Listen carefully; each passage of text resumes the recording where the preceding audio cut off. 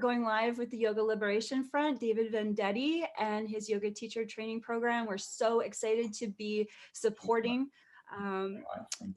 this certification program that David Vendetti is leading from Boston, Massachusetts. And I'm just so happy to see you all joining us live.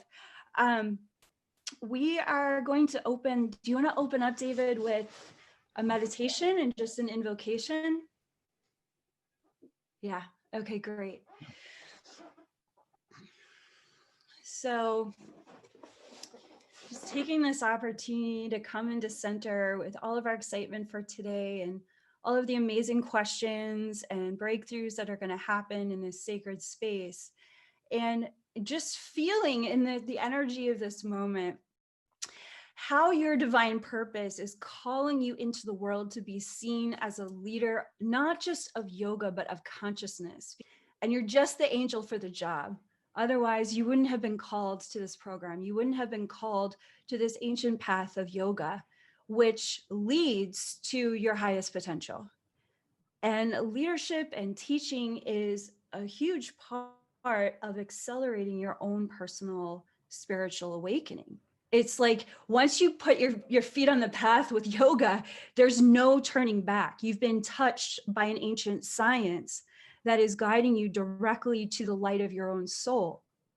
And what's going to happen from that place is nothing's ever going to be the same. And everything's going to be calling you forward to be seen by more and more and more people. Because you happen to be the one that everyone in your sphere wants to receive the understanding, the wisdom of their own light from. Like all of us as leaders have what I call sacred soul contracts, where you have agreed before you ever came into your human body to lead, guide, and nurture and help to teach and heal others. And so when you step into your teacher, becoming this yoga teacher, you're not just stepping into teaching yoga, it's getting your feet even more deeply on the path of spiritual leadership. Now, some of you may or may not know that I work with beings called ascended masters. And many of these ascended masters stepped into their ascension through the science of yoga, through practices of yoga and meditation, along with other spiritual practices. And so you could think about these guides as those souls who have walked ahead of us to prepare the way for us to step into our own mastery, that once they left the earth plane, they kept themselves available for us to resource as spiritual guides, angels and Buddhas, however it feels comfortable for you to, or you could even just think of them as consciousness, whatever is comfortable for you. And in receiving that kind of heavenly support, whatever that looks like for you. I've been working with these guides since I was a child, and I'm very comfortable with them, and I'm happy to share their love with you today. So let's just close our eyes for a moment and just step into a centering space where we can invoke their presence to guide us in today's really exciting time together. We just take 3 deep breaths together.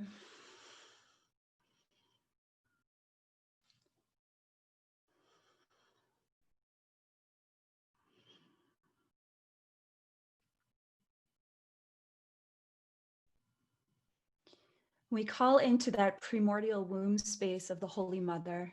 We call into the light of all of creation, the source that created all that is. And we welcome that source consciousness, that presence that gave birth to you and I, and set our souls on the path of incarnation across many planets, across many galaxies, across many lifetimes, so that we could find each other in this moment of awakening, in this moment of gathering, in this moment of discovery, of curiosity, of presence, to who we really are when we find ourselves in the role of leadership, when we find ourselves being called like droplets of water to the ocean of yoga. Yoga of the body, yoga of the heart, yoga of the spirit, yoga of the mind, and how this ancient science is a superhighway to the ocean of consciousness that we were born from this all-loving, all-accepting presence of God, whatever you call God, the universe, source, the Christ light, the Buddha light. All names of God are welcome here. Great Spirit.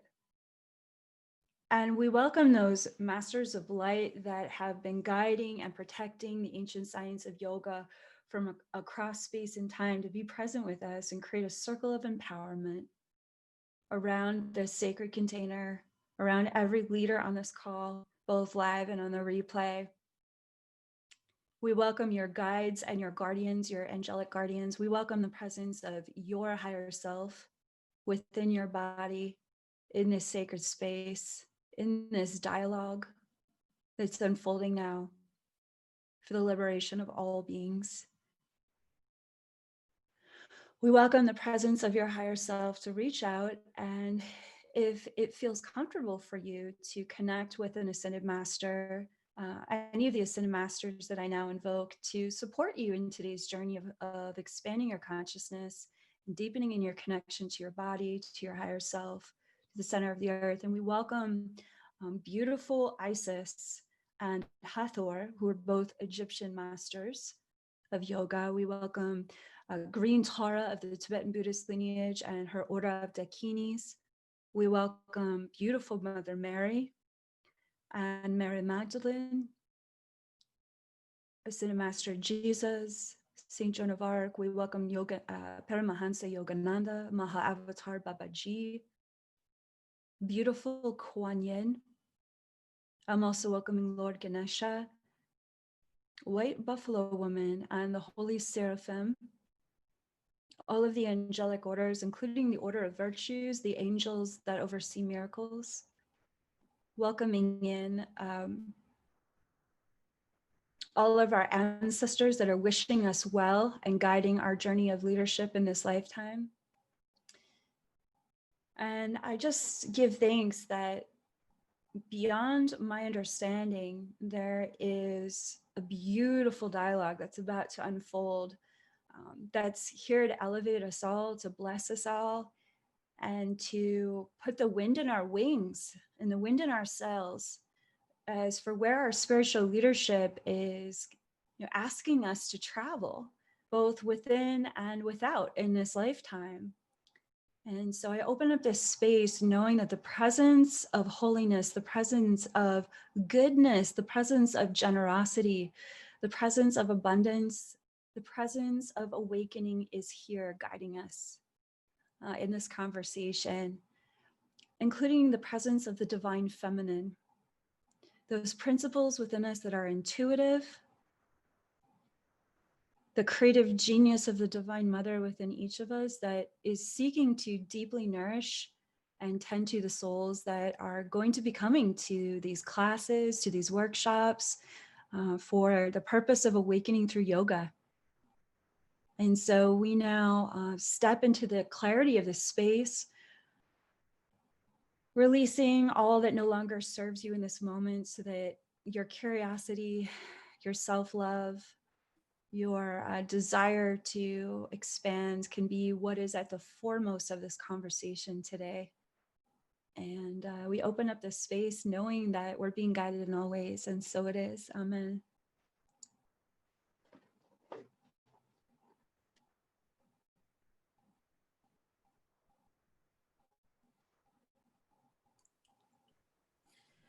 Well, thank you so much. Thank you so much for being here tonight. I'm honored to be here. I'm thrilled to be here. So, you and I talked a little bit earlier about possibly what we wanted to discuss tonight. And so I thought we could just riff back and forth a little bit about this field of enlightenment and awakening consciousness and all of it. And I wanted to start with something that our teacher training was discussing today, which is, do you know Adyashanti, the Zen master? So what he was saying about his teacher is that many students under his teacher's guidance had awakening experiences and felt like their consciousness was expanding and they were really profoundly feeling their awakening. And so he asked her, why is it different with you than with other Zen teachings? You don't see as many people. And she said, because my students are conversational and comfortable with me. And so we hang out in a space of community and we share what we're feeling. And I listen to their stories of awakening and they listen to mine. And the stories ignite the fire in each and every one of us. And so I was wondering if you can talk a little bit about, having a community that's based on this revelation on awakening. Oh my God, that's such a great question. Thank you. Yeah. It's one of my favorite things to talk about is cultivating community. One of the things that we share often in the Sophia Code community is that I'm not a guru. I am here to lead and to teach side by side with other leaders, teachers, and healers. And that is what we're stepping into in this, what a lot of people call the age of Aquarius. We're moving from the age of Pisces to the age of Aquarius. Now, before you think I'm going to get all wooey on you, there's some pretty practical applications there. If you think about the history of yoga being driven by a guru model, for a couple of thousand years, that was absolutely necessary. This planet was shrouded in a dark age, a very dark age. And we're coming to the height of that dark age right now with the close of what's called the age of Pisces. Now, the astrological sign of Pisces rules singular guru figures leading large masses of people to hopefully some kind of awakening or at least survival of the dark times. But what's happening in our collective, humanity's collective awakening through the age of Aquarius, is we're all identifying that we're all each other's teachers, we're all each other's healers, we're all each other's guides. We all have a lot to offer one another. We all have a unique perspective. We all have unique talents and gifts that overlap and intersect and complete each other. And when you build a community from that context, from that perspective, that everybody has a huge gift to offer everyone else, you are breaking down a social hierarchy that creates a lot of pain and competition and suffering unnecessarily for spiritual awakening, right? And as I said, there's nothing wrong with what happened in the past. It was what was needed. But the time that we're moving into now is, how can we take that kind of social hierarchy off the pedestal and create a new altar of community where everybody has something to contribute to the altar? Everyone has something to contribute, not something, like your whole being is contributing to that community if that's the mindset you're embracing. So we've been exploring that by initiating as many of our people who want to, that come to our mystery school, into what we call Sophia Christ consciousness, also known as Buddha consciousness, and teaching them that operating from that consciousness is literally operating from a space that is the opposite of what the rest of the world is functioning from. So when you are asking your students to learn how to function or make their daily decisions according to God, Christ consciousness, Buddha consciousness, what you're asking them to do is to live against the grain in every present moment. And when you build a community that can operate and love one another from that space, co-create from that space, what happens is the choice to live from that consciousness becomes easier because everyone's participating in the up-leveling and sustaining of that consciousness together. So that means the heavy lifting isn't just having to be done by one person. And the more you grow that community, the easier it is for people that are on the fringe, people who are nervous to step into a consciousness that may feel really controversial to what they've been raised to believe. It allows them to feel more comfortable to step into that space and start to explore their own edges around functioning in a completely different way than the way our society has taught us to function from. So, if you put your leaders and your teachers on a pedestal, what happens is, people love to, and this is really important for leadership. It's like, if your students put you on a pedestal, that pedestal is very easy to knock you down too. You don't want to be on a pedestal. You want your students to respect you and to have, you know, good boundaries when they come to see you if they're having a tough day and they might be not exhibiting the best behavior.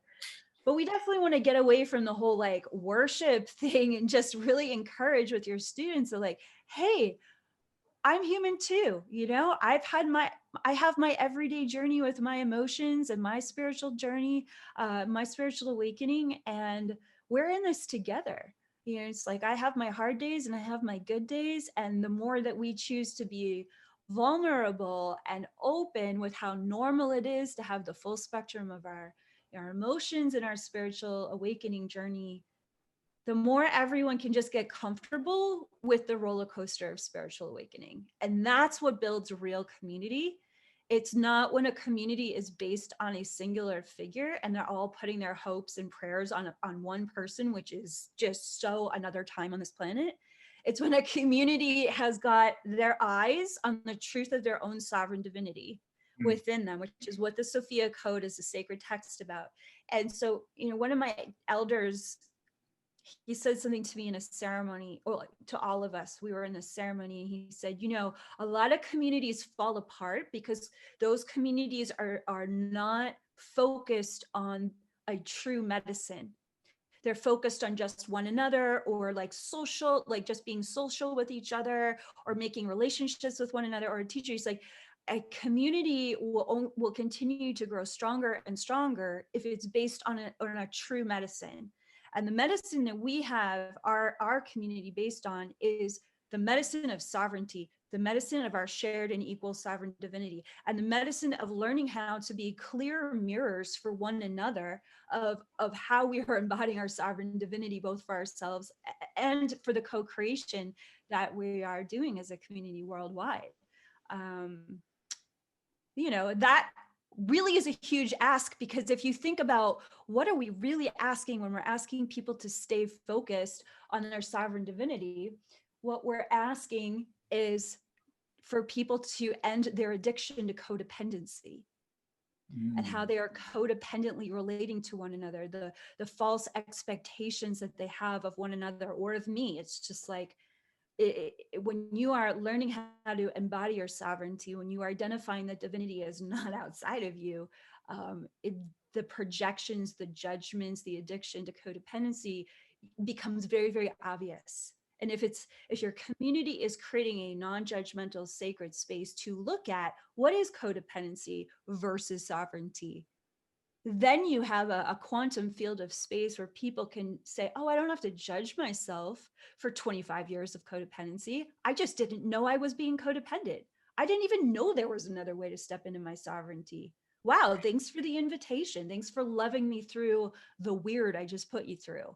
You know, so we, in our live events and our curriculums, we create forums where our students can really have those kind of conversations from a non-judgmental space. And it is amazing to me how many people are so admittant, and they're just like, you know what, 6 months ago I couldn't understand a word you were saying, Kaia Ra, but now I get it.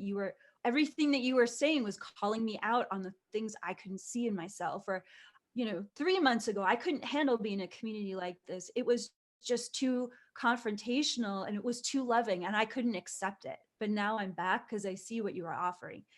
And you know, that's the kind of feedback you want to get. That's when you know you're doing something right, is when people are really coming to you with the confessions of like, wow, you brought me to my edge, but now I'm ready for the love, right? So there's a little bit about that. Yeah. So that brings up two things that were kind of next on my agenda. So I've heard you talk about sovereignty before.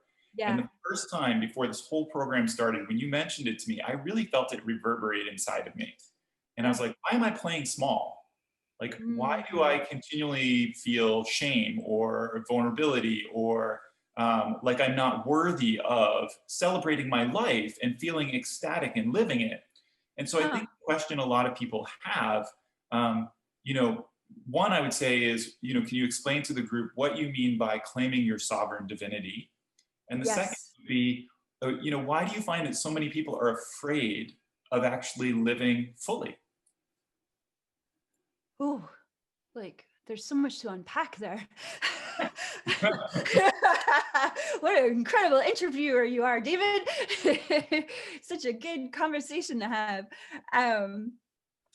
Sovereignty. You know, when the Ascended Masters came to me and they asked me to start writing about sovereignty, it gave me the chills. It did reverberate through my body. And the more I channeled their teachings on sovereignty, it felt like every time I would type that word or write it down in my journal, it was like the bells of sovereignty would just be ringing throughout every cell of my body.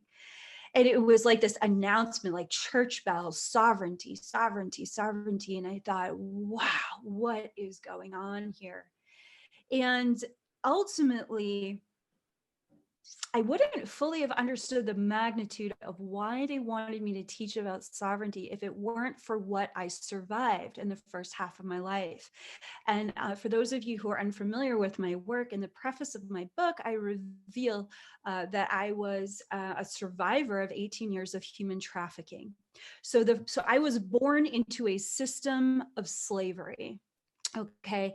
And so when you are born into a system of slavery, you are born into, the reason why my soul chose that was because I had a prayer to examine the many, many viral programmed belief systems that are literally programmed like computer programs, right? Just installed right into our minds, right into our hearts, right into our bodies from the moment we make touchdown here on earth, right? You've got religion, you've got early education, then you move on to high school and college, you've got the government, you've got, you know, your family's ancestry that's programming you. The moment you arrive to planet Earth, you are inundated with programmed belief systems that have been passed down to us for thousands of years.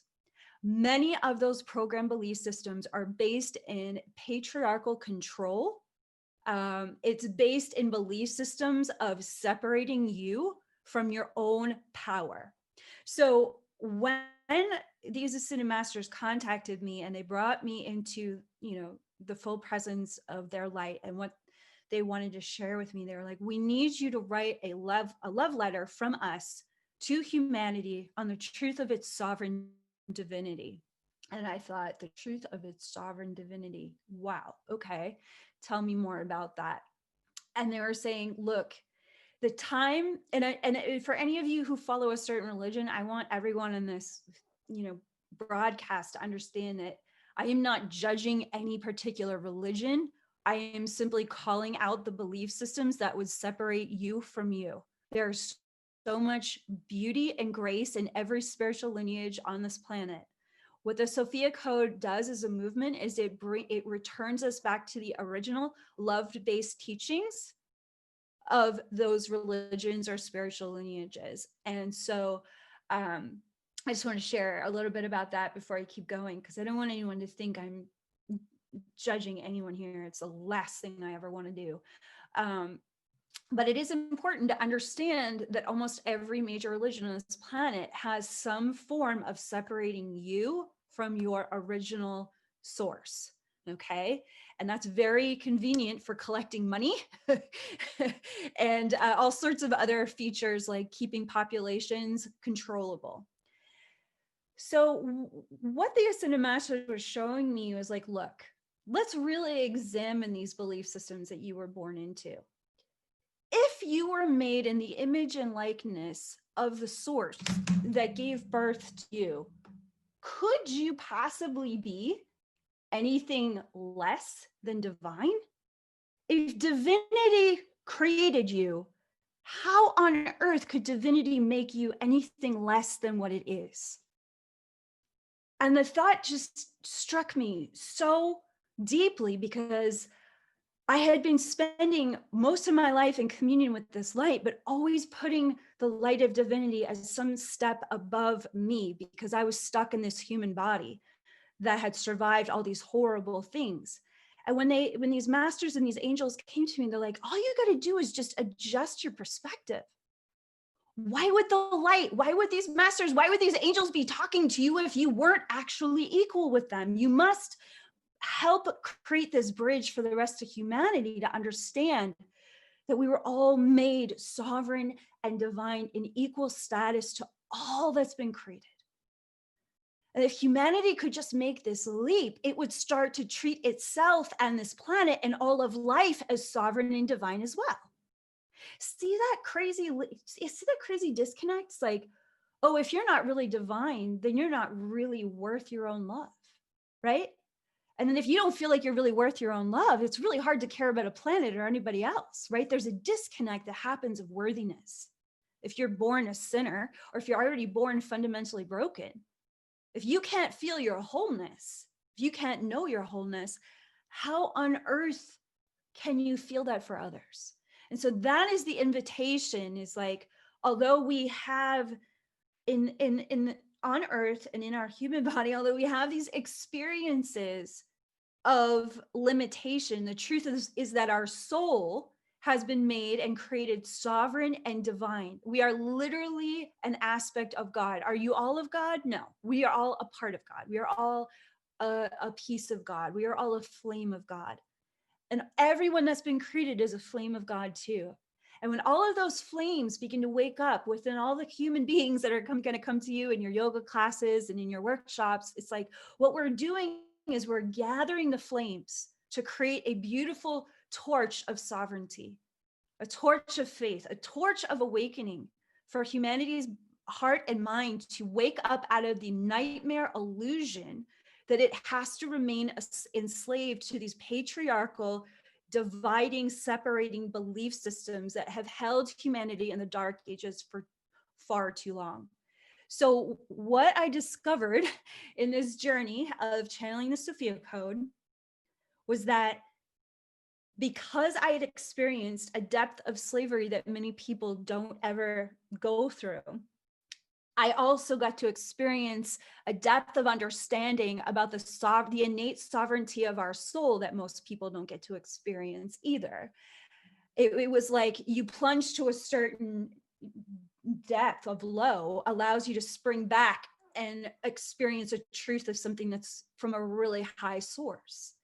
And from that kind of springboarding from like hell to heaven, there was this understanding of the full spectrum of what humanity experiences in this journey to relinquish small ideas about itself, and its journey to finally grasp that God, source, great spirit, whatever you call that energy, would never create you as anything less than that same divine essence as what it is. And this is why we call the message of the Sophia code good news, because there couldn't be better news than that.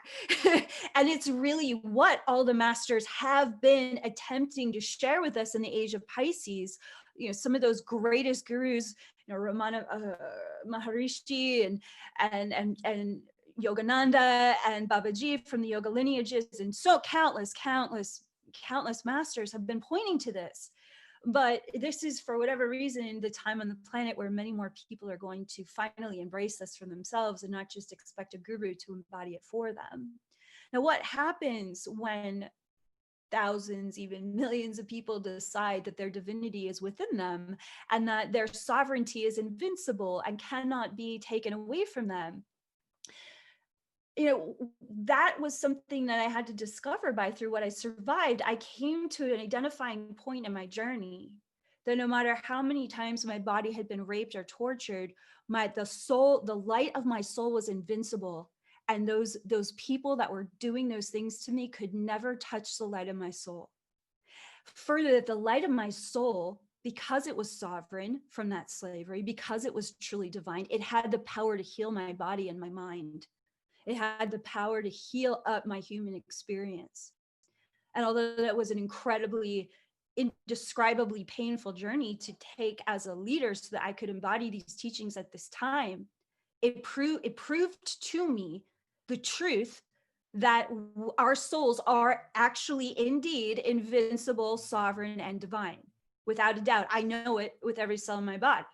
Like everything about my platform is become international. It's an international phenomena, and you can't do that from looking good. You can't do that from smiling the right way. The only way you can do that is if you're selling something that works, if you're sharing something that's actually transformed lives all over the planet. And that's what the Sophia Code has done, because it's based on the teachings that I completely transformed my life from with these ascended masters. So what I can personally assure you is that no matter how maybe nervous you may feel about stepping into leadership, is that your soul is guiding, the light of your soul, which is just as invincible as the light of my soul, right? It comes from the same source. It comes from the same great spirit that gave birth to your soul, that gave birth to my soul, gave birth to David's soul.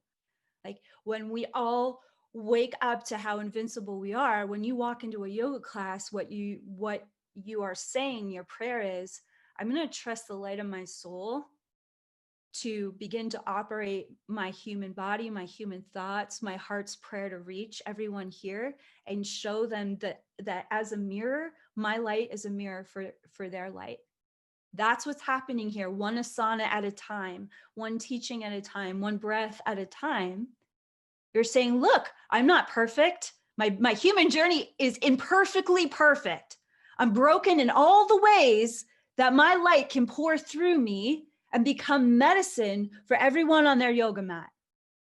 And it's like the reason why, I've been able to reach so many people on the planet, it's not because I'm even close to perfect. It's because I'm simply perfectly me. I'm honest about all of the horrific things I went through. I'm honest about how many feelings come up for me when I have to step in front of a camera. It's still uncomfortable for me. People say horrible things about me that don't know me or understand me. They judge me all the time. There's other people that worship me. None of it matters. What matters is that I'm here to be a mirror of how much divine love saved my life and how much, and that is the same divine love that loves us all, that's surrounding us all, that's available to us all, that we're all made up of. And so that sovereignty is really important, because what it means is that your divine purpose, everything that you need, comes from your own soul in direct connection to your source. It doesn't come from this world. Everything that you have in your life, everything that you need for your teaching, fulfilling your divine purpose, it comes from your direct connection to your soul and your source. Everything in this physical world is a manifestation of that light in motion.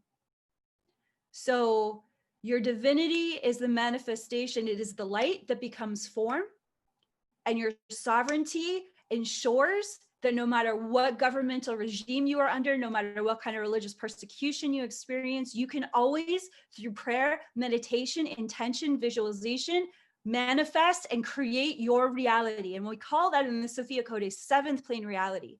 As Jesus taught, we are in this world, but we are not of this world, because we are reaching into the unlimited source consciousness that can download all solutions for us, and all protection and all guidance, and an everlasting flow of divine love. If you are only calling upon this physical world for your resources, you are literally putting a glass ceiling on your reality. And when people come to their yoga mat, most of them don't know that, but they want to know that desperately. And the only way for them to truly understand their connection to source is through their connection to their body. So your journey of awakening their awareness through their body is a massive first step to awakening their awareness to the unlimited nature of their soul. Does that help with the explanation, David? Yes. Okay. I mean, yes. And it does really reverberate in a very beautiful way. I actually think, when we talk about ascended masters, it's also important for us to include the everyday, ordinary, extraordinary. Like for me, you've always been a light in my life, even before the Sophia Code. And like Brandon is a light in my life and sometimes reflects this truth back to me. And my mother, and so we need to understand that all of these experiences and all of this guidance is everyday extraordinary, representing this vaster divinity and empowerment. And there's something very, very beautiful in that. Like, I learned so much from my students. I've transformed so much this year just by interacting with them. And that's what the Sophia Code shares. It's like the human journey of these ascended masters before they came masters. So like in chapter 7, Isis is saying, look, I didn't even step into my leadership until I knew that I had really found myself through motherhood. I didn't even step into being a priestess until I had really found myself inside my daily creativity of how I kept my home and how I was relating to my partner. It's like the human journey, what the Sophia Code teaches is that it's our humanity that reveals the power of our divinity. And that is turning the patriarchal controlling systems upside down on its head. It's inverting the inverted belief systems that we have been born into that would cause us to shame and separate ourselves from the truth of who we really are. So you asked, why are people so afraid of, yeah, it's because everything in our physical reality is set up to teach us that there is something wrong with being human. Everything in our reality is set up to teach you that there is something wrong with your human body. Everything, not to mention the toxicity of this world and the persecution that we've seen of those who are embodying the light, for centuries. And that's all in our collective memory. So when you decide, oh, I'm just going to be a radiant light bulb of, my sovereign divinity, it's just like you are literally choosing to flip on the light that's going to burn back the darkness. It's not just keeping you in fear. That's been keeping everyone frozen in fear all around you, your family, your friends, your community. So often when you start to step into a spiritual awakening, but then there's another level that happens when you step into spiritual leadership. What happens is you decide, I'm going to download more of my light from the higher realms, and I'm going to choose to let it just seep into every one of my cells in my body. And I'm going to start to practice what it's like to live in a more radiant way. And the people around you that have gotten used to kind of leeching off of you or sucking off of your light, they're going to get uncomfortable. What are you doing? You're different. I don't like how you're talking now. I don't know what you're eating. What is that? Why don't you eat a hamburger? And if you eat hamburgers, it's fine. But if you're like, I want to try something different, and your relatives are like, no, you shouldn't, or your friends or your community or coworkers, they can get judgy. And why is that? They're scared. They're scared because you're changing it up. And that means that they don't have control over you. That means that they're not going to be able to maybe manipulate you the same way. And it can feel lonely as you kind of disengage from relationships that were serving you at one point, but that you have to step out of so that you can receive new relationships that are a more present moment reality mirror for you. Right? You can't, people always wonder, I keep praying for this wonderful relationship or new friends or new community to come in. And it's like, well, are you hanging on to all the codependent weird?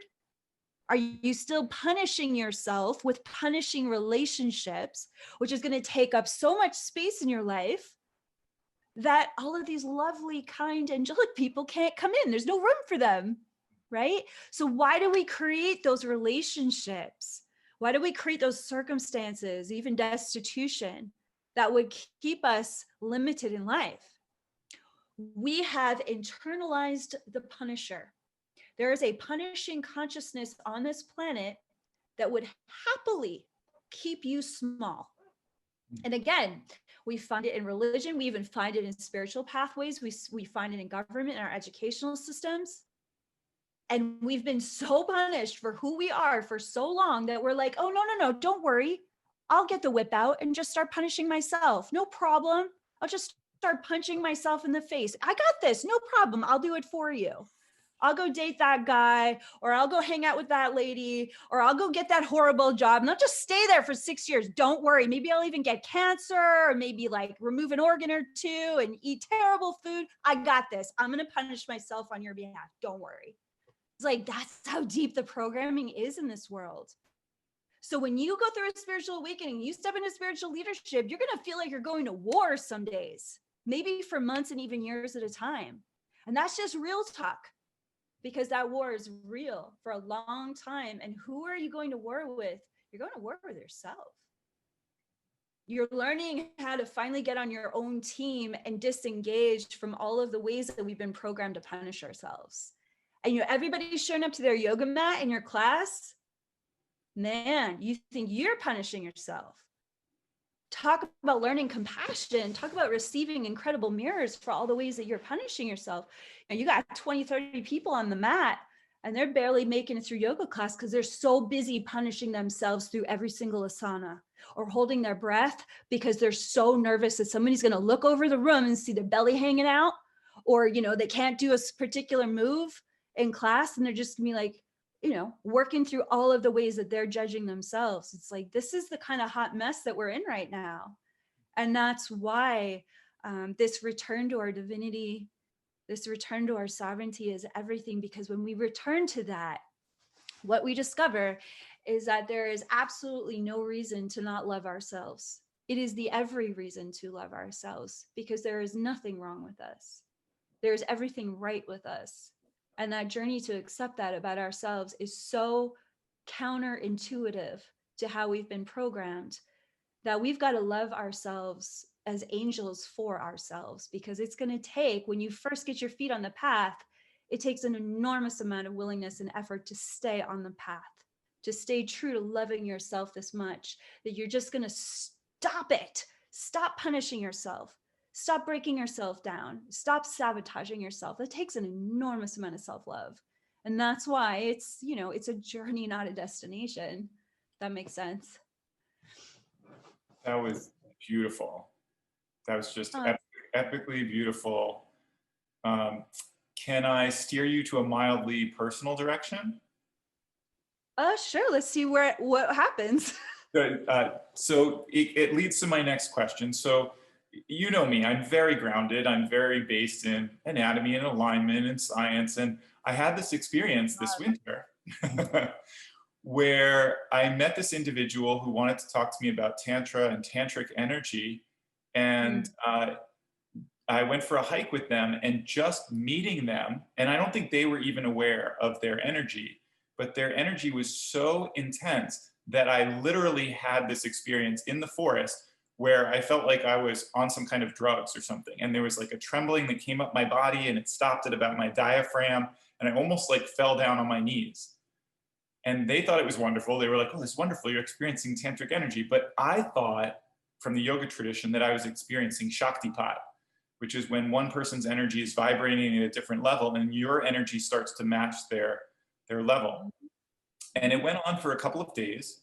And so I was hoping that you could talk a little bit about, I know you had this experience with Kundalini rising. I was wondering if you could talk about Shakti or Kundalini awakening and what that looks like in someone and how they deal with it when it happens. Yeah, it's really interesting because so much of that, of my early Kundalini awakening, happened when I was practicing yoga, like, you know, 2 hours a day at the studio where I met you. And and that Kundalini awakening was very painful. It took me literally 10 years to integrate it into my body. And you know, what I discovered about Kundalini energy is that Kundalini energy is the medicine for the human body. It's the medicine of awakening for the human body. There's a much greater energy than Kundalini energy, and it's downloading the direct source consciousness into your body. But what the Kundalini energy is designed for is it's designed to cleanse and clear all of the karmic debris, the resistances, the blockages, the pain, and the trauma from any and every single lifetime you've ever lived on this planet and even other planets. So when the Kundalini starts to rumble and awaken in certain parts of your body, what's being cleared out is, you know, all the ways that you've been repressed in that part of your body. So you mentioned the solar plexus. Is that correct, David? Yeah. Yeah, and in just the very last question you were sharing about, you know, why did I limit myself for so long? Why did I hold my self back for so long? And here you are stepping into a whole new space with Yoga Liberation Front, and it's like your higher self, your own God consciousness working through your body was like, hey, guess what? Time to go for a hike out in nature and rumble it up, rumble, tumble, get, you know, ready for the next clearing. And what I find so interesting about Kundalini awakenings, different Kundalini experiences, is that they're perfectly timed, even if they don't feel that way. A lot of people they get so antsy about them because some of them can be pretty monumental. It can be like a lightning bolt depending on what's erupting. So is it the Kundalini that is doing this dangerous thing? Actually, the interesting thing that feels so theatrical or over the top about Kundalini energy is the releasing of the darkness. It's not the energy itself. The energy itself is very much like the Divine Mother. It's loving, it's generous, it's abundant, it is life itself. But when that kind of all-loving energy comes into contact with the places and spaces within you that have been outposts for punishment and oppression of your personal expression in this world, there's going to be an eruption, right? It's going to be almost like a Kali Ma experience where there's just this, oh, wow, time for that to go. So sometimes it can just be very gentle, depending on what that Kundalini energy is serpentine, that motion of healing is circling around. It sometimes it's a big event in your experience because your own consciousness wants you to pay attention. It's like, hey, this is over. Now we're doing the new thing, right? Sometimes it's gentle because you need to know that God is gentle too. God within you is both gentle and fierce. One does not make the other cancel out. They exist simultaneously. And so what I have found is that when those kind of very dramatic moments of awakening in the body happen, we've been getting ready for that all along. So, in that moment, even though it might have felt like a bit of an explosion, David, did it also feel like the next step? Oh, yeah. Yeah. And that's what I really want to encourage people to trust in. I want you to trust in the genius intelligence of your body. I invite you to trust in the genius of these divine energies within you. The Sophia Code as a sacred text invites you to trust in the spiritual technology that exists within every cell of your body, which we call the divine genome, and the different spiritual light bodies that you can literally download through the power of your higher self. It's all in the book. And the whole point is like, society, government, like all the systems, religion is teaching us to separate and not trust our bodies. Mm. I mean, look what we're going through right now in this massive experience on the planet. We're being told we can't trust even our own immunity, which has been, by the way, working for like a bazillion years. So it's like, we've got to come back to this faith that if God, source, energy created the human body, maybe we could trust it a little bit more.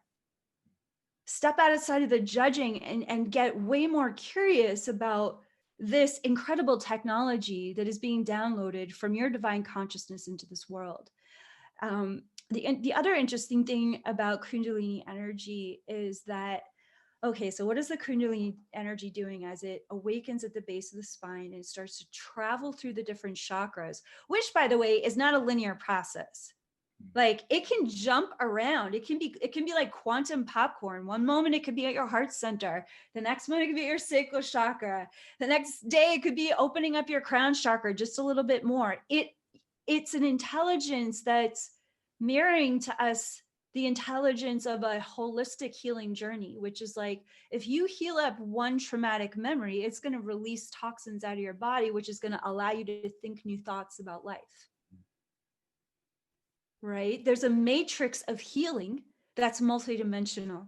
And the Kundalini energy is a genius divine intelligence within your body that is literally moving to different parts of not just your chakra system, but different organs, your emotional body, your mental body, because those are light bodies that are interfacing with your body, even if you can't see them through your third eye. And that Kundalini energy is clearing you out, because your body, as many ancient religious texts talk about, is literally a temple. Number one, you are a temple for your higher self consciousness. What is the higher self? It is that sacred flame of God consciousness that chose to become your soul. All right. In the Sophia Code, we call it a key code. You have all the same divine qualities as everybody else. They've just been arranged in a unique sequence that makes you you. And when your key code of divinity incarnates into this world, think if you go to chapter 8 in the Sophia code, Hathor's chapter, she talks about how the electron is this holy vehicle of consciousness. It's the first manifestation of your soul in this world. And those electrons start to coordinate and magnetize all the circumstances of your incarnation. It's not two people having sex. It's your soul's light coordinating all of the aspects of quantum reality that are going to pull you together into a physical form. Everything that's created you was done by you. Mother Mary shares this in her chapter, the Sophia Code. She said, destiny is a promise that you made to yourself. And as you awaken to the fact that your body is actually this like Ark of the Covenant temple space for your soul in human form, what does that point? What is the purpose of the Kundalini? Is to clean up the mess of all the viral programming that's been overlaid in your biological DNA, that's been overlaid in your chakra systems, that's been pushed into your mind. You gotta, just like you gotta clean your house, you gotta clean out the temple of your body. And that's a journey, it's not a destination. And as you do, what happens? The 8 major chakra systems, starting with the 8th chakra above your head to the crown chakra, third eye, throat, heart, solar plexus, sacral root, begins to open up and allows the light of your higher self to flow through you like a column of light. Why? Because the Kundalini has cleared out your body enough that you can accept a never-ending waterfall of source, Buddha, Christ consciousness flowing through you, integrating within you. And because the divine genome within every cell of your body is crystalline, there is no limit to the amount of light that you can anchor within every cell of your body, because crystalline structures can anchor an unlimited amount of light.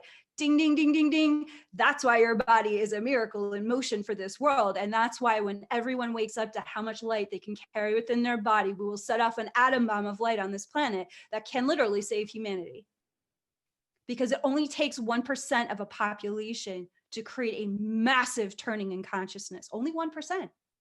That's only like, we were doing the numbers on that. There's something like 76 million or something like that. Not a lot of people compared to like 7 billion. If you run the math. We got that. That's not a problem. So Kundalini is, it's the temple keeper. And if you think about ancient Egypt and you think about how much the cobras were connected to that Kundalini awakening process, it's like, that serpent, they were the guardians both of the awakening process and of the sacred temple space that the awakening was happening in. And so that Kundalini energy, likewise, is the protector of your human body. And it's also how serpentine energy is not, there's nothing linear about it. How it moves is, it's got that S curve. And if you think about that S curve, right? What is the divine intelligence of that S curve? Oh, we're going to wake this up, boom. But then we're going to let this integrate as I go and wake this part up, boom. Oh, now we've got this S, now we've got a foundation building. Okay, boom. Woo! Oh, guess I want to come down here. Wake that up. Boom. So it's just when you start to understand how, and that's a very divine feminine principle where the feminine is able to be consciously aware of how much needs to be woken up simultaneously and interwoven simultaneously in that awakening process. Do you have more questions about what happened the other day? I love that. No, saying that Kundalini is the temple keeper, that was like so amazing. I thought what would be nice, I have 2 questions left for you on my part, but I was thinking that maybe after I do that, we could open it up and see if some of the student body has questions as well. I would love that so much. Yes. All right. So my second to last question, and this is actually coming from my student body as well, the teacher trainees wanted to know, we have these past patternings that come up and these societal myths and what some people will call like the dark night or the whatever dark shadow, it's shadow work or whatever it is. And what is your recommendation for somebody that wants to learn how to start dropping those patterns and clearing away some of that darkness? What is a step they can take in the right direction? Can you be a little bit more descriptive in your question so I can make sure I'm answering it correctly? Yeah. Like, let's say that you hold a belief, like you were mentioning earlier, about you not being worthy, you Yes. know, and or somebody told you that you're not good enough, and you have a really hard time shaking that belief. Yes. What's a step that you can take in order to help move yourself beyond your past patterns and beliefs? You know, the number one vehicle for my journey, and I've worked with all kinds of therapists, healers, teachers to, overcome everything that I've survived. And the number one healer that I have turned to again and again is journaling. It's writing it out. It's getting fiercely honest with myself on the page. And here's why. And what I love about this suggestion is because it's so practical. It's so easy to apply. And the reason why it's so powerful is when you start to write down these belief systems on the page, they are staring you back in the face. And when you stare at them in the face, you're like, oh my God, what a horrible thing to believe about myself. Oh my God, why would I ever think that about me? I would never think that about anybody else. Why would I do that to myself?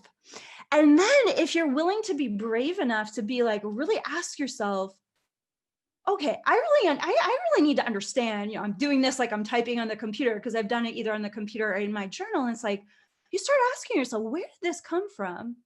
And then you can start digging into the memories of like, oh, it's when daddy said that to you and then did that. Or, oh, it's when that kid at school did that and everybody in the classroom, did this.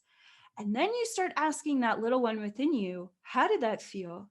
How can I be here for you? What do you need to share with me? How can I embrace you now? But you're doing it through the pen, right? And as you do it through the pen, if you can breathe your way through that, if you can love yourself through that, you'll get to a couple pages. Maybe it takes 3 pages. Maybe it takes 5 pages. You're going to be like, I did that. I went there. And on the other side of it, I can assure you there will probably be tears. There'll probably be intense feelings. It's a good idea to go move your body. It's a good idea to go do something physical like exercise or walk or go be in nature. But what you're going to find are your next steps in that journaling practice. You're like, whoa, I really need to talk to a therapist about this. You're going to identify through the page, is this something that I can easily move through on my own, or do I need support here?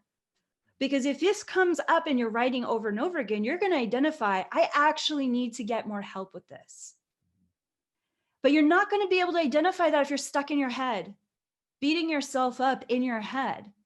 It's like there's so many ways that we silence ourselves and punish ourselves when we're just in our heads. So the page dumps it out of our heads into a format that we can look at and then take action upon. So that would be one of my recommendations for the first step. Now from there, there are so many somatic healing practices. There's so many ways that you can practice mantras. There was about a year that I went to war on how much of a low self-esteem I had. And I would write huge messages out and I just taped them all over my walls, my mirrors, I didn't care what anybody thought if they came into my house. I was like, this is what's happening. I am reprogramming my mind to new belief systems. I'm on my own team now because I identify how much I haven't been on my own team. So I've got to get on my own team and be the soccer mom I never had, Go team Kaia Ra all over my wall. I don't care what anybody thinks about how weird it looks. That was the kind of reprogramming I had to get invested into, and that was like, during my workouts, I'd be running in the park, practicing my mantras, like I am health, I am wealth, I am success, and I love myself, like over and over and over again, running up those hills. It's just like, I became so focused on reprogramming myself in as many creative ways as I possibly could. Because I knew you got to come to an understanding that like nobody's going to do that for you. That's what society has programmed us to believe, that there's some mystical parent out there that somehow, someday, maybe through a romantic relationship or a yoga guru, someone is going to love you in all the ways that you think you can't love yourself. And it's like, that person ain't ever going to show up. They are never going to show up. And that's a good thing, because you are that person. And that's what we teach in my mystery school curriculum. Is like, we teach divine parenting of yourself. We teach inner child healing. We teach the processes where you go really deep within and you identify like, oh, wow, I am not looking for a savior. I'm looking at the reality that I'm here to liberate myself through my own daily self-love practices. That is the way, the truth, and the life. There is no other way. Lord knows I have tried. I looked for all kinds of teachers and healers to be that thing outside of me, and relationships in my younger years. And I don't judge myself for it. It was just part of the journey of awakening, when you finally get to the point of like, oh, wait, I am what I've been seeking. Whoa. And no one else is going to give that to me. And by the way, as far as professional advice goes, same goes. Nobody is going to open doors for you. You got to open those doors for yourself. And I love that I'm having this conversation with David, because the first marketing I ever did for my profession as a spiritual healer and teacher was in David's yoga studio.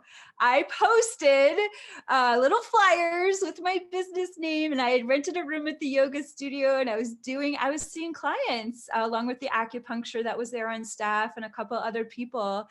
And that was really, a big step for me, to put myself out there and make my little flyer, put my phone number, and, charge people for what the services I was providing.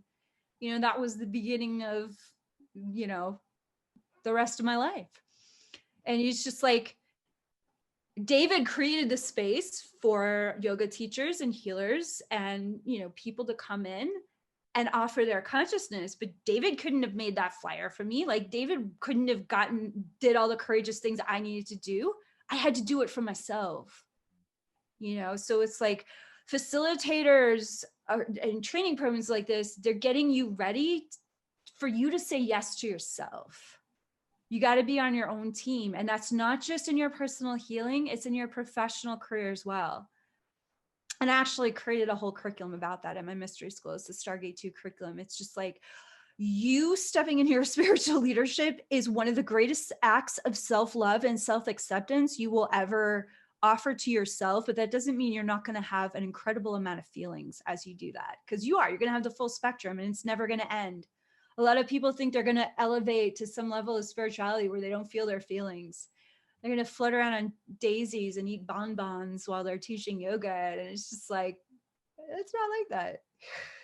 No, maybe there's bonbons, but you're still going to also have days where you're eating bonbons while you feel like crap. It's like, it's not about you. Showing up isn't about how you feel. Showing up is about showing up. And then you get to discover that you can show up no matter how you feel. And that's part of the inner parenting process, is learning how to show up to your leadership regardless of how you feel. I think I got a little off topic. Sorry, David. Let's keep going with your questions. It's good. It's all so good. I mean, I just wrote down something about, I'm on my own team now. I'm my own soccer mom. Yeah! I mean, who better to cheer you on than a soccer mom? Oh my God. My business partner is a soccer mom, and I just can't even believe how incredible she is for her children. It's just like, I want to be that kind of mom to me. Yeah.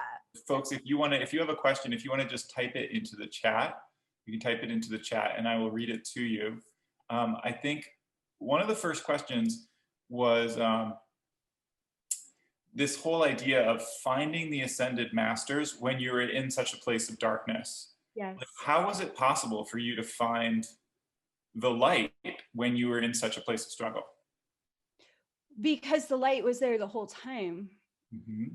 So I think a lot of people think, oh, angels could never be around such darkness, right? But the truth is that my soul didn't go into this body to have those experiences by myself. I chose to go into that experience knowing that my soul was going in to this world surrounded by the legions of angels and ascended masters that agreed to go with me. So although my soul was in my body, I was surrounded by these guardians and protectors that ensured that I would keep coming back. And I made an agreement with myself and with them, not because they asked me to, it was because I agreed to the request really that came, I don't know, I guess from my soul in communion with God. You know, I made a choice to suffer completely for my ministry in this lifetime, to feel these atrocities entirely.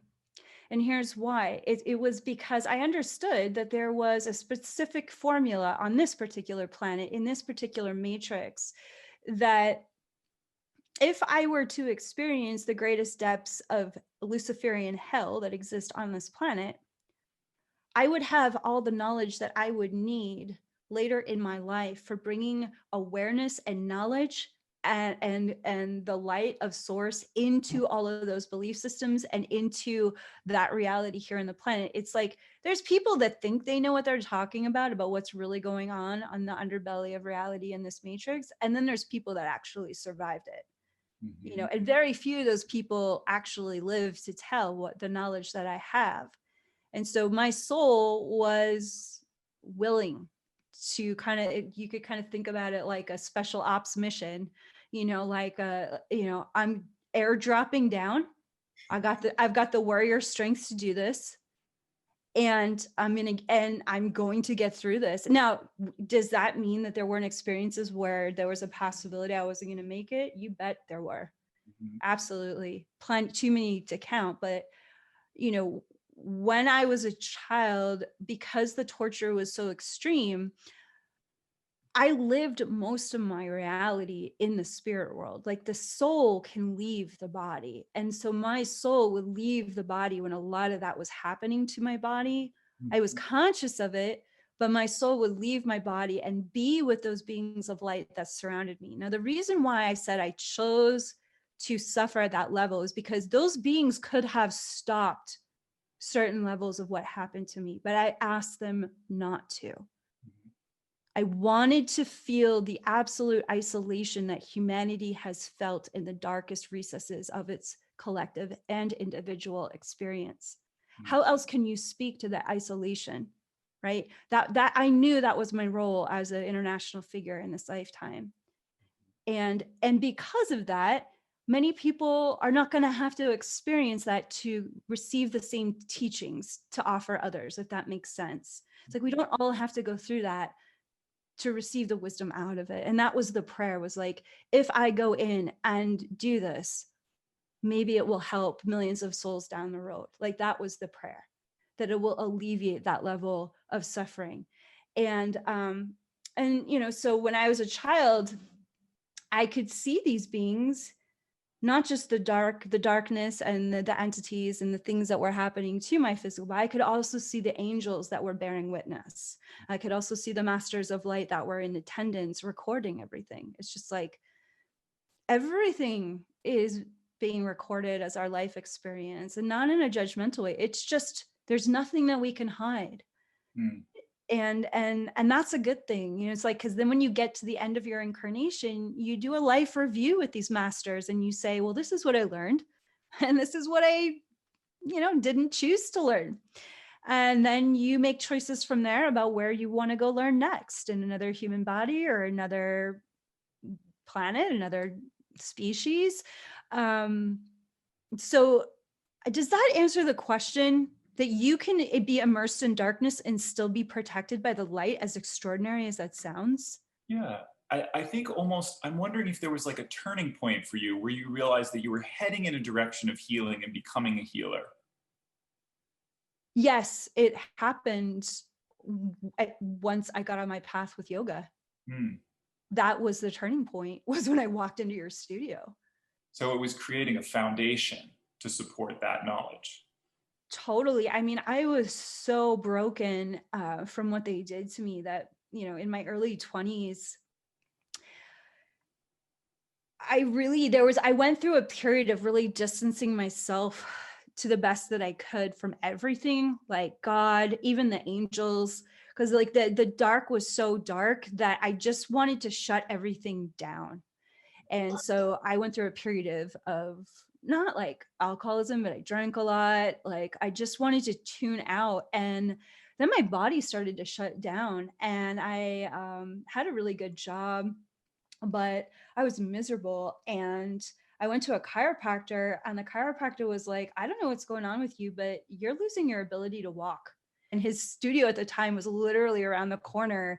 And I took the subway home one day, and I looked around the corner when I got off the subway station. And I was like, I think I'm supposed to go over to that building and walk into that yoga studio. And I was terrified. I was totally terrified when I walked into that studio. And I knew the moment that I did that I had found the place to begin the healing journey back to where the angels and the masters wanted me to be. Like I knew I had found a path to help me deal with my anger and my grief and the state that my health was in. And within about a year and a half of practicing yoga rigorously and changing my diet, I also moved to a vegetarian diet. I stopped drinking alcohol. It really changed a lot of things in my behavior. And then I went through a full-blown Kundalini awakening, and all of these things started to clear out and awaken within me. And I started working with spiritual teachers around the country, and it was kind of like the rest.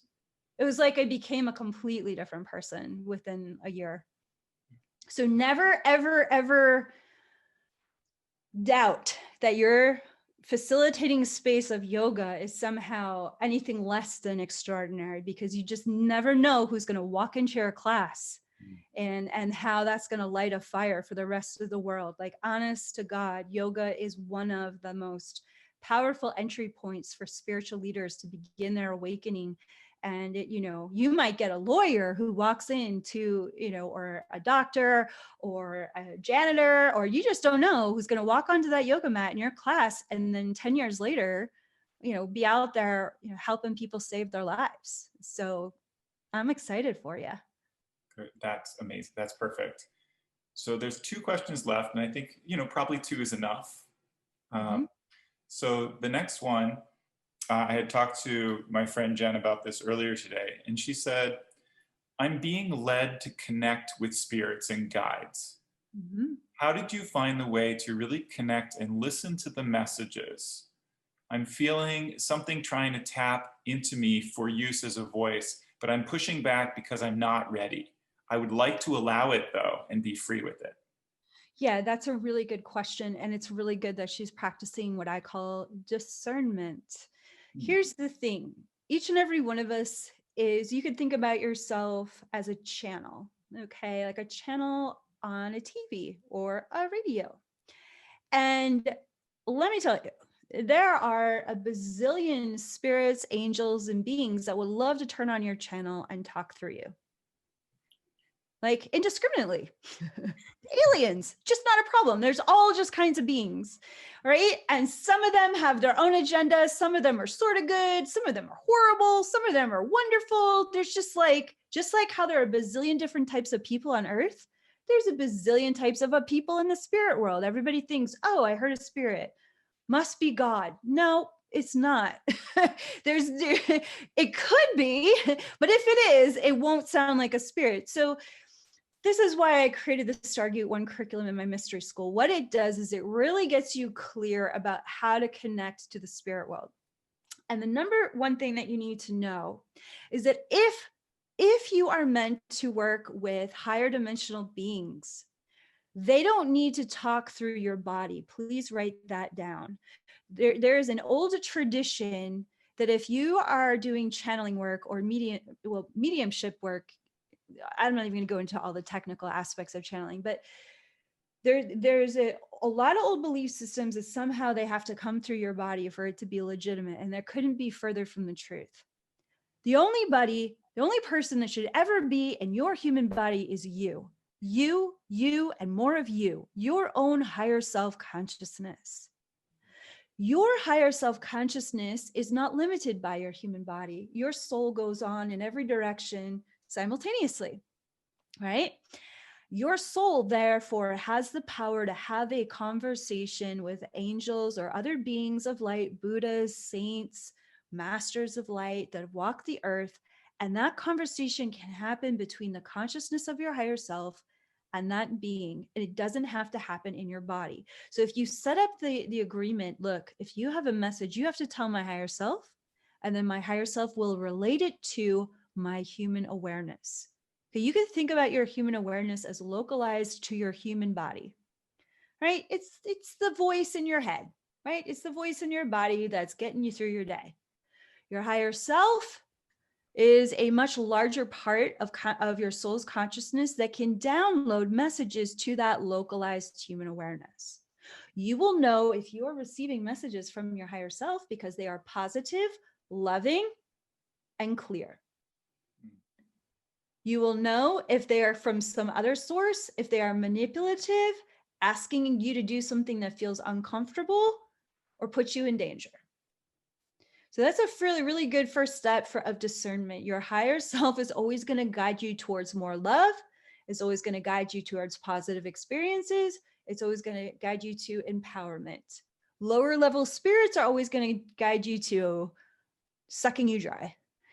So, you want to start, that's a bar to start from. And then what I teach in the Sophia Code Mystery School is this process of learning how to call in this circle of empowerment, where we work with very specific ascended masters from the Sophia Code that create a sovereign resonance of light, a circle of light and protection around you, so that you can feel and begin to master the process of listening to your higher self, listening to the presence of your own soul's consciousness speaking to you through your thoughts, through your emotions, through your chakra system.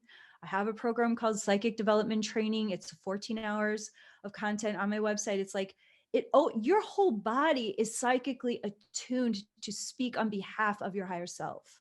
Your higher self's communion with other realms of creation can happen in a healthy way for your body if your body is filled with the consciousness of your higher self, and you train your mind and you train your awareness of how to receive that energy and that information through your own body and through your own heart. So I'm just going to share a little bit about that. We have so much available in my mystery school that you can learn more about on my website at kaiara.com. Thank you. Yeah. So this last one actually speaks to kind of like the heart of how I feel when I hear about your life and your schedule. It's got two parts. Andrea said, "You've had such a journey. It's remarkable. Thank you for sharing with us and so many as an inspiration. You have an intense schedule. Do you find time for spontaneity? Are there trade-offs with this life that you've chosen? And what are the ways in which you're presently learning and you feel like you can continue to grow personally?" Oh yeah. I mean, thank you. What amazing reflections and amazing questions, Andrea. It's so cool. Thank you. One of the things that I love about spiritual leadership, divine feminine leadership, is that there's no destination. Like there's an unlimited opportunity to grow and expand. And because, like, for me, the journey is how multidimensional can I be in a human body? Like, how much can I expand my consciousness beyond the limitations of this world while functioning in this world? Like that's a never ending journey, right? And how to get better and better at it and enjoy it more and more and learn how to relax more and more. And, my growth edge with being a public figure and, it's exploding even now as I speak. This next year it's going to be a whole nother level of integration and where we go from here to the end of 2021. And it's like, be like water, Bruce Lee. It's just like, be as water. You gotta flow with your expansion. You gotta trust that your consciousness can help you keep up and teach you self-compassion and self-love when you feel like you're floundering and how to keep up. Like, I'm not gonna lie, I spent 3 years where I didn't stop working. Like I literally didn't stop working for 3 years. I had millions of souls waiting for everything that we've produced in only 4 years. I didn't stop working. I just started to learn how to take days off like last year. And the truth is that it's been the same story from the beginning of time. You focus on why you're here, what you're good at, what are your talents, what are your gifts. And even if those talents and gifts look totally different from anybody else, you focus on what you're good at. You focus on what you like. And if you do that and you have the courage to follow that thread, you're going to experience your own version of success if you apply yourself. If you're willing to put in the blood, sweat, and tears to be on your own team. You know, there may be years where, couple of years where you don't have a social life. Like, that's what happened to me. People in ancient times were familiar with this kind of sacrifice. They knew that there would be certain chapters of life where you work really hard, and then there's certain chapters where you benefit from working really hard. There's a lot of new age magical thinking out there that somehow you just believe it and then it just appears. And it's like, magical thought processes can be applicable to praying over the processes of manifestation and the hard work. Just like, show me how this hard work can be done in the most economical, the most effortless way, while I'm still showing up to my part that I have to show up for this thing to actually manifest in the earth plane. So, and with that said, there does come, just like how everything, there's a season, everything, there's a chapter. You can't function for more than a couple of years without breaking down if you don't take out time, if you don't build in weekends and vacations and a balance of a personal life with your career. And so that is my growth edge right now, is how do I handle that? I could literally keep working 24 hours a day, every day of the year, and never stop. And that there would still be more work to do by the end of the year. Like that. Yeah, exactly. Anybody who's an entrepreneur knows that. It's just like, you're the first one to clock in and you're the last one to clock out. And so I surround myself with people who care enough about me that are mirroring back to me like, hey, so what are your plans this weekend? Hey, so when are you taking that next vacation? Have you started planning it? And now it's more normal. And here's the thing, if you are a workaholic and you are working on becoming sober to workaholism, when you first start to take time off, you're probably going to look like this, shaking in a corner, like chewing on your fingernails, wondering if it's okay that you are doing absolutely nothing because you don't know how to function actually having fun or, scheduling like normal, whatever, so it took me a while. It took me some shaking in the corner. And, if I go through a really intense week, say I got 3 shows, especially international shows with thousands of people, it's like, that's so much adrenaline. You got to give yourself a bandwidth of like, okay, it might take a couple of days to come down. So how are you going to pre-pave? What kind of self-care are you going to build in? Massages, hikes, get out of town, have the car packed by the assistant so you can't argue with yourself. You have to get in the car and drive away from work. Like, this is all part of being the soccer mom and being on your own team, is pre-paving weekends off, pre-paving vacations. And not only that, really investing in fun and self-care with your money and in your calendar, just as much as you invest in your career. So like, if I have to get a facial, if I have to get my hair done, it goes in the calendar. There's no negotiating it.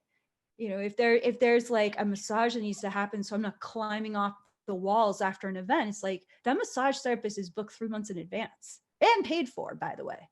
So it's like, we're pre-paving self-care and time off way in advance, because that's what it takes to overcome the willingness to work through, to just go back to just the old thing, which is workaholism. So, it's if you talk to anybody that has any professional in any industry that's created something significant that has impacted lots of lives, they will say it took an enormous amount of years of hard work. And they will also say, when I look back over the course of my life, I wish I had taken more time off and enjoyed the journey. They'll tell you both. And so, what's cool about wherever you're at in your path is you can start the practice of putting into your calendar the time, what you're doing for fun, what you're doing for self-care. You know why? Because when it's in my calendar, it's real. If it's not in my calendar, it doesn't exist. It's like it's a figment of my imagination. Oh yeah, we'll get together. We'll blah, blah, blah, blah. No, we won't.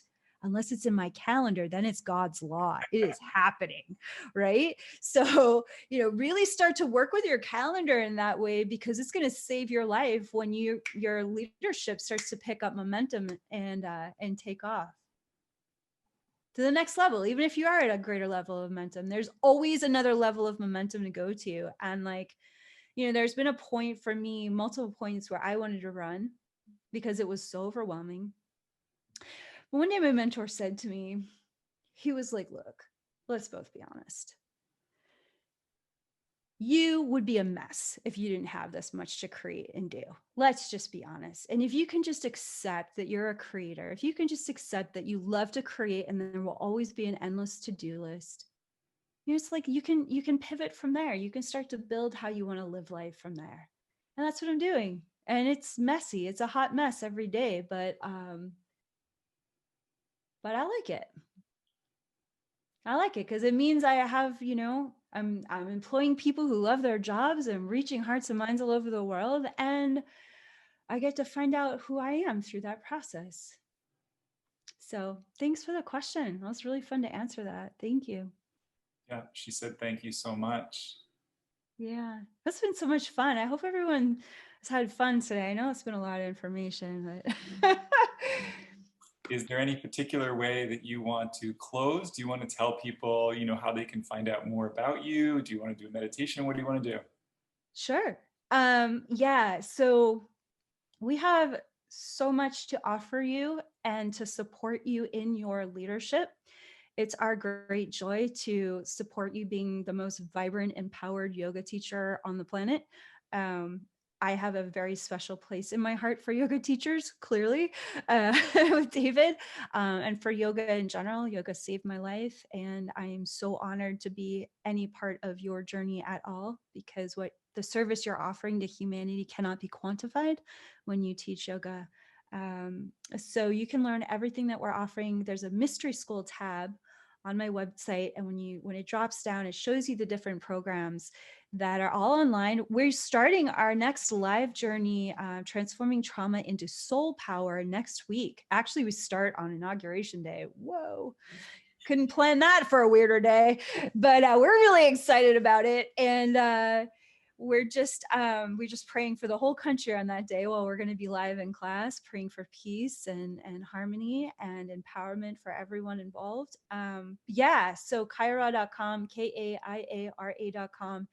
And I have the most amazing team angels that can get on the phone with you and walk you through which program is right for you, which curriculum is right for you. They're all super intuitive and super loving and would just love to have a conversation with you. So you can schedule that time with them on my website as well, or just email us at contact@kaira.com. So, and we also have a free monthly offering. Every month I do the Heaven on Earth Prayer Collective, so you can receive channeling and quantum healing transmissions. We usually have it every third Sunday of the month. We're actually doing ours next Sunday, and you can either catch the replay of that on my YouTube channel at Kaira Official, or you can also sign up on my email list, and you'll always get the notification for when we're going live with that. So we have a lot that we offer live on my Instagram, Facebook, and YouTube channel. There's like 5 courses you can do for free on my YouTube channel. There's a lot. We did a lot this year, a lot of outreach because of COVID. We just really wanted people to feel our angel wings around them, because we knew everyone was locked up in their houses, and we just couldn't stand the idea of not being able to reach out to people and supporting them through that journey this year. So there's a lot there, and you're welcome to go explore it on my YouTube channel. So thanks for the opportunity to share about that, David. And I just want to take a moment to say how honored I am that you invited me to be a part of your teacher training this year. Oh my God. Like, honestly, I've been wanting to be on a platform with you for so long. So you just fulfilled my prayer to, full circle with that. I'm just so proud of you and everything you've done for, really internationally for yoga. You've taught thousands of people. What you birthed in Boston was huge, huge. huge. You completely changed the spiritual landscape of Boston. That's just real. I just want to give you a huge shout out for that. Like, so much broke open because of what you started at Back Bay Yoga. You know, I saw you teach your ass off day in and day out, like changing people's hearts and minds, you know, just by being yourself every day. And yeah, I love you so much. Thanks for the opportunity to be here. Thank you. I look forward to, I hope this is only the beginning of Oh, our same. lifelong collaboration. It's Yes, thank please. you so much.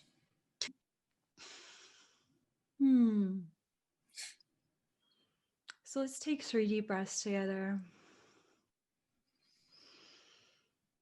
I've loved sharing this time with each of you. It's been so nice to be here with you.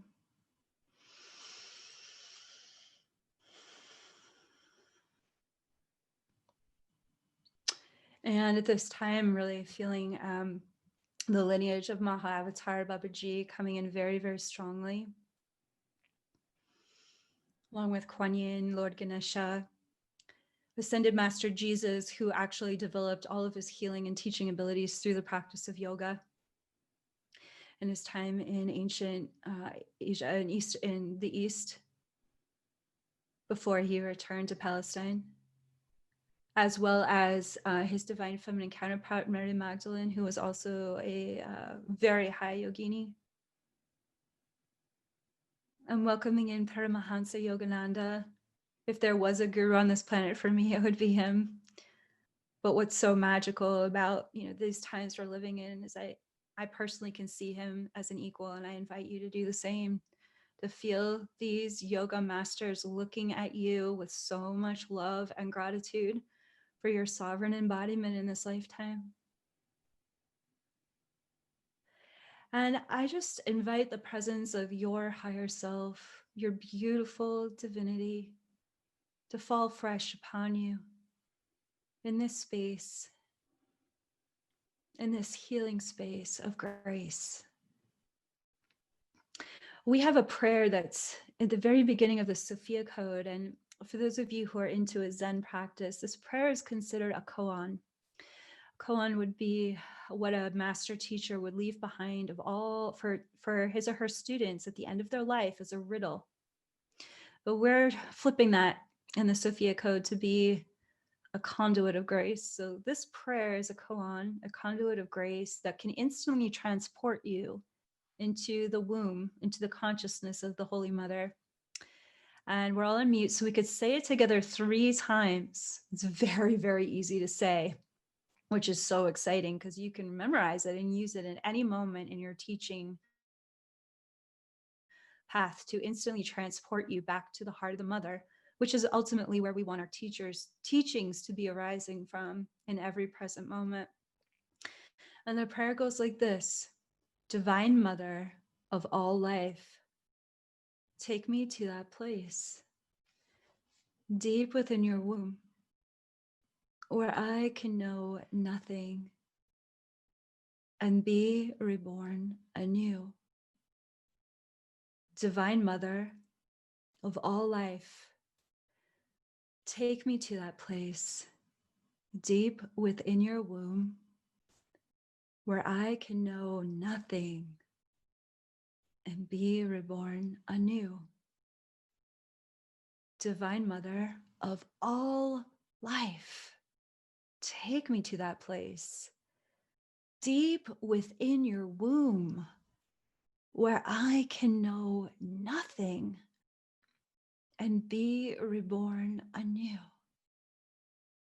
Divine Mother of all life, take me to that place deep within your womb where I can know nothing and be reborn anew.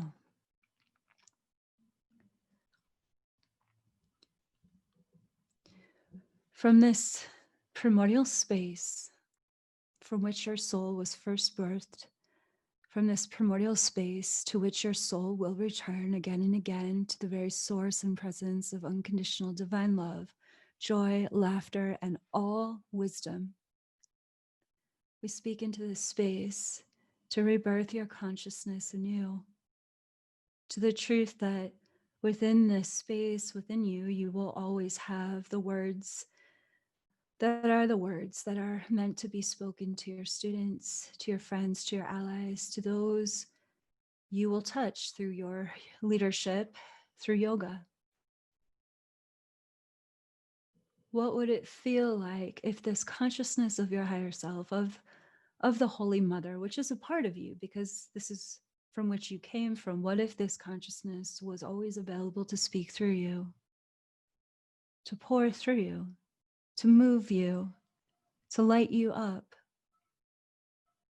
to laugh through you, to give through you? What if there was an unending flow of this consciousness pouring through you? What if that is what's already happening in this moment, in the presence of the masters? What are you ready to allow to be disassembled, to dissolve, to be laid down to rest? What internal fighting, what ego structures, what painful ways that you have been punishing yourself for wanting to be a leader are you ready to just lay down within this womb space, which is available to dissolve anything and everything that could be harming you and your leadership through yoga right now in this very moment, where instantaneous miracles and divine knowing exist, way back to the source, beyond all the worlds of form? What gift are you ready to receive? And as your heart opens to whatever space or place that you would like to receive today, I welcome the presence of Mahavatar Babaji along with Kuan Yin, presenting to you this soul star activation that's now activating your 8th chakra. The star of light begins to descend through your crown chakra and travels down the back of your spine, all the way down through your root, all the way meeting at your root chakra. And the rays of that star of light begin to pierce through every cell of your body with the loving reassurance and confidence that you have been selected by the masters of light to carry forward this light. The teachings of light that have been passed down for thousands of years by those who walked the way ahead of you. They are sending to you a memory, a collective memory of every soul that they have touched through yoga. They are sending to you the many, many hours, countless hours, millions of hours that they have spent lovingly walking humanity through every asana, every breath, every Kundalini activation, every moment of compassion, every karmic clearing, that their all loving presence presented to those who are magnetized to the draw of yoga. And they are imparting to you that as you graduate this teacher training, you are becoming aware of your connection to them, your journey with them, not just in this lifetime, but across many, many lifetimes. And as you feel their embrace, as you feel their welcoming home to you, to them, they are sending you their blessing of faith in you, their joy in you, their delight in you. And if you're ready for them to open your heart to how they want to go ahead of you now and prepare the way for your leadership, for your teaching, to become seen and recognized, for you to become seen and recognized as a resource of support, guidance, and leadership for others. If you're ready to receive their blessing, if you're ready for them to blaze that trail ahead of you, if you're ready for them to clear out the obstacles that would prevent you from being seen, then you can either silently or out loud say, yes, thank you, I accept, I receive. Yes, thank you, I accept, I receive. Yes, thank you, I accept. What an honor, I receive. And you may begin to feel or see in your imagination this beautiful highway of light opening up in front of your heart. And I invite in your consciousness to imagine stepping upon that highway of light, an accelerated pathway of leadership that's going to be magnetizing you to those circumstances, to those people, to those events and opportunities where your practice can expand and grow and be of the highest service to as many souls as possible during these pivotal times of humanity's awakening. And just, you may begin to feel an angel wing or a warm arm, just kind of drawing you close, embracing you, assuring you like, hey, you're not leading alone. We're teaching side by side with you. That was the whole point of the guru model. It wasn't about the guru. It was about the fellowship of leadership. It's about knowing how embraced you are along the way, that you're always held and you're always guided and no one's going to let you down. Even as you have those very bumpy learning experiences through leadership, how else are you going to learn how to be a great leader? They all had their bumpy ride too. And just in closing, I'm just thanking them for that immense love that they feel for you, the immense appreciation and gratitude that they feel for you. And in closing, I just welcome these masters of light to walk with you for all your days of leadership, the days, weeks, months, and years to come. And I pray that they show you through signs over the next few weeks of how they are appearing in your life, guiding you forward in your higher self embodiment, in both your yoga teaching, but also in your spiritual leadership and all the different facets of your life. And as a witness of this collective blessing, I now declare that it is done, it is done, it is done. By the power of three, the perfect Trinity, it is done, and so it is. Amen. Thank you, Ascended Masters. Thank you, angels. Thank you, Holy Mother. We now release the ceremonial space, knowing that this presence of God within us goes with us wherever we go, because we are this presence, and so it is. Amen. Thank you, David. That was fun. Thank you, Kaia. That was amazing. Thank you for making time. Thank you for sharing your light, your soul, your laughter, all of it. I love it. It was fun. I had so much fun. Thanks, everyone. Thank you so much for your openness. I know this is a lot of, like, maybe for some of you, this was a lot of weird, but I'm super grateful that you decided to be open enough to explore this with me, and just so many blessings to your path with yoga. It's been such a delight to be here with you today. Thanks, David. We'll see you next time. See you next time. Okay, Bye. bye. Love you. Love you.